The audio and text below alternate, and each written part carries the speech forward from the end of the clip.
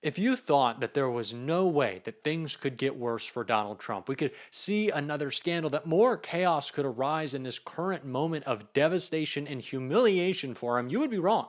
Because things have gotten worse, fortunately for us, and unfortunately for the Trump administration. Because today, Pete Hegseth was testifying before Congress, and as you can expect, it was a disaster. He was aggressive. He was caught in lies. He tried to filibuster and imploded. We're going to get into it all, but before we do, if I could quickly ask you to leave a like on this video, and if you haven't already and you enjoy our channel, to hit that subscribe button. It goes a long way in supporting the work that we are doing on this show. Now, Pete Hegseth was asked a lot of questions that led to his ultimate collapse before Congress. But the one that started it off from Congresswoman McCollum was maybe the most shocking of them all. Mr. Secretary, I plan to ask you some budget questions about the following: the cost of the Qatar plane, where the money from the Army's parade is coming from, or the National Guard deployments to the border, where that funding is coming from. I honor and celebrate the United States Army, but I'd like to know how much this parade is going to cost. I have sent the department letters on several occasions on this, and I'm still waiting for a response.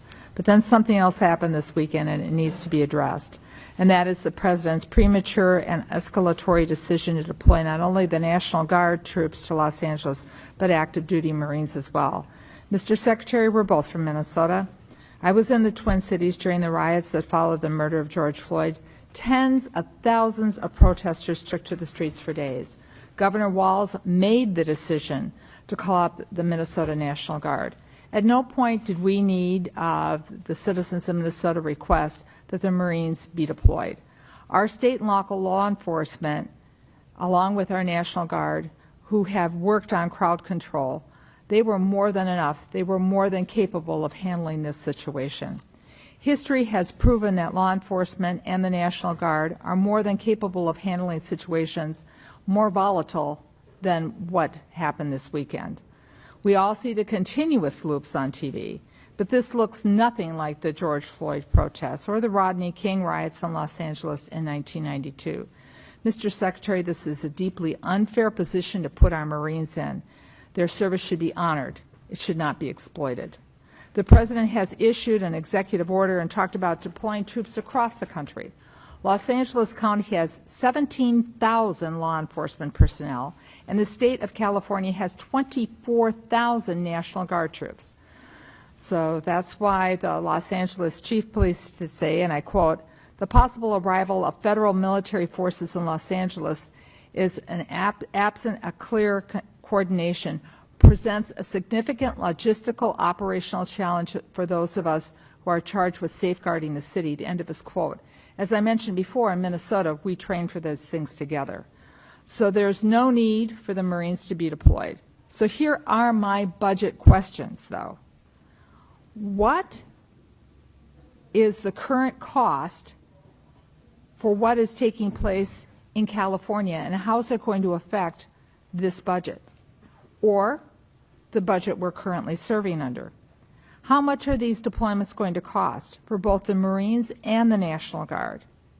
And what training or duties are not taking place because of these deployments? Where in your limited budget, sir, are you going to find, in the remainder of this fiscal year, are you going to pull the money to cover these deployments? What holes are being created? Well, Congresswoman, thank you for the question. You are right. We are both originally from Minnesota, which is why I recall 2020 quite well, when Governor Walz abandoned a police precinct and allowed it to be burned to the ground, and also allowed 5 days of chaos to occur inside the streets of Minneapolis. The police precinct, ma'am, was abandoned and burned to the ground. And because of that, the National Guard was eventually far too late mobilized.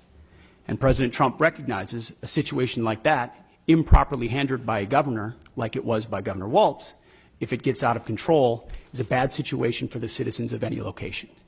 So in Los Angeles, we believe that ICE, which is a federal law enforcement agency, has the right to safely conduct operations in any state and any jurisdiction in the country, especially after 21 million illegals have crossed our border under the previous administration. ICE ought to be able to do its job, whether it's Minneapolis or Chairman, Los I have Angeles. limited time. I asked a budget And they are question. being- Could the Secretary please address the budget? Thank you. You asked about the situation in Los Angeles, and we believe Asked about ICE the budget. agents should be I allowed to be asked about the safe in budget, doing sir. their operations, and we have deployed National Guard and the Marines to protect them in the execution of their duties, because we ought to be able to enforce immigration law in this country, unlike what Governor Walz did in 2020. There are 17,000 LAPD, you mentioned that. There would be 18,000 if not for the defund movement that folks like Gavin Newsom and Karen Bass have Chairman, implemented. If The police if chief said Mr. she was Chairman, overwhelmed, if the Secretary's not so we going to helped. ask the budgetary questions, I will yield back my time if the Secretary refuses to answer the budgetary questions I put before him. They're important. What training missions aren't happening? Where are you pulling the money from? And how are you planning this in the moving forward? These are budget questions that affect this committee and the decisions we're going to be making in a couple of hours. If you're not going to answer them, please let the chairman know, and I will take back my time and I will yield it back to the chairman. Mr. Secretary, I want to just let us know what accounts you're pulling the money to fund. Thankfully, unlike the previous administration, we've got a 13% increase in our defense budget, and we will have the capability to cover down on contingencies, Mr. which is Chairman, something the National Guard and the Marine plan for. So we have the funding to cover down on contingencies, especially ones as important as maintaining law and order in a major American city. As far as training, all of the units on the ground have been fully trained in their capabilities of what they're executing on the ground. Chairman, ask for budgetary. If he needs to get back to the committee with the numbers, I'd appreciate it, both current and present. Happy to submit them for the record.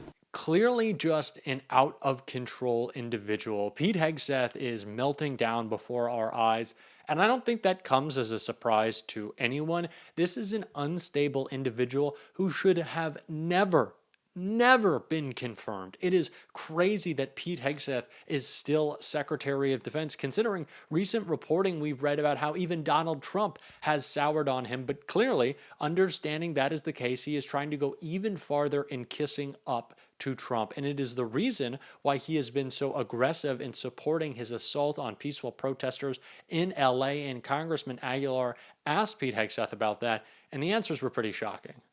There are moments where you make do as best you can temporarily, but we are ensuring they're housed, fed, water capabilities in real time from my office, because I care that much about the California Guard and the Marines and the men and women who are supporting our ICE agents on the ground. It's true every day, and that's a disingenuous attack that misrepresents how much we care about our troops and what they're doing to defend ICE agents. I'm not going to take the fact that we don't care about the troops. Nobody cares more about the troops at the top than this Secretary and the Chairman and our department. How long will the deployment last? We stated very publicly that it's 60 days. Because we want to ensure that those rioters, looters, and thugs on the other side assaulting our police officers know that we're not going anywhere. We're proud to do it. We're proud to do it. 10 U.S.C. of the U.S. Code 12406 as a legal basis that the President used cites 3 examples and circumstances for the Guard. Invasion by a foreign nation, rebellion or dangerous rebellion against the authority of the government of the United States, or the President is unable with regular forces to execute the laws of the United States. Which authority is triggered here to justify the use? I don't know. You just read it yourself, and people can listen themselves, but it sounds like all 3 to me. If you've got millions of illegals and you don't know where they're coming from, they're waving flags from foreign countries and assaulting police officers and law enforcement officers, that's the problem. The laws of the United States? No, the governor of California is unable to execute the laws of the United States. The President, you said all the 3 apply. governor of the California has failed to protect his people, along with the mayor of Los Angeles, and so President Trump has said he will protect our agents, and our Guard and Marines are proud to do it. The law also says, Mr. Donald Trump very clearly wants to create a military-style police state in Los Angeles. That is his inevitable goal here, because he needs a distraction. So does Pete Hegseth. Of course they do. They have done disastrous jobs. They're completely incompetent. They want to shift our focus. And it's not just that Pete Hegseth has been texting war plans and throwing back gin and tonics all the time. He's just also unable to run the Pentagon correctly. Even his closest aides and advisors who have either quit or been fired for going public are saying the same thing. He was called out for that by Rep. DeLauro right here. in shipbuilding, and the challenge is our department under the previous administration squandered a lot of that by Please, not I don't. I want it. investing I want your plan. I've had difficulties with the prior administration, and I don't mind calling them out. What is your plan for the future? Can we get that in writing and on paper so that we know where you're going? Because we don't have anything today. We have zip, nada, and knowing where you're going. You can talk percentages. You can talk about whatever you want, but unless this committee sees dollars and cents and where you're going and what your plan is, then we may reconsider what you need to do to go forward. Give us the details. Congresswoman, we have the details and we will provide Then them let's for you. have them before we, and my hope is that we could get to it before we go to a markup within a few hours here today. Pete Hegseth's incompetence is staggering. It is shocking, to say the least, that this is the person who is supposed to be keeping us safe. Really? Pete Hegseth, of all people? His incompetence is incredibly clear and is scarier every single day. But it shows what Donald Trump really wants out of his administration. Loyalty. Loyalty is the only thing that matters, especially in the wake of the Elon Musk breakup. It's the reason Donald Trump was so furious, as we've previously reported, when Pete Hegseth was willing to show war plans potentially with China to Elon, which was a crazy thing. How is that not the scandal that did him in? How is that not the end of this for Pete Hegseth? But loyalty. That is what Donald Trump wants in this current moment, because he wants to coalesce all the power in our government and keep it centralized with him. Something that would be insane and scary with a regular wannabe dictator, but one like Donald Trump who gets more extreme by the day because of his cognitive decline. That becomes terrifying. And it's something that we have to point out. The steps towards authoritarianism that run in lockstep with Donald Trump also losing his mind. These are not two separate ideas. These are two important ideas to keep in context as we call him out. And I think the mainstream media has completely failed to address the crisis of Donald Trump's clear cognitive decline. Because of course they have. They're not worried about holding him accountable. They're reporting on the stories. They're not telling the important narratives that underline them. Why is Donald Trump in LA? He needs to distract. Why is Donald Trump increasingly sending National Guardsmen and women? Because he wants to pretend like he's getting some big win. That's simply not the case. Donald Trump is looking to distract because Donald Trump is failing right now. That needs to be the message. Because when we understand that's the message, we can also help people understand that Donald Trump is creating the chaos they see in their lives. Republicans always called the chaos of the Trump administration the mean tweets. It was the mean tweets. Oh, liberals are freaking out over the mean tweets. These aren't mean tweets. These are direct assaults on the free press, on peaceful protests for no reason other than to satisfy Donald Trump's whims, which become increasingly extreme as he loses his mind. That's the central narrative here. We're going to be calling it out on the show. And if you want to support that, as always, you can hit that subscribe button, leave a like on this video, and if you stuck around to the end, drop a blue heart in the comments. And until next time, I'll see you soon.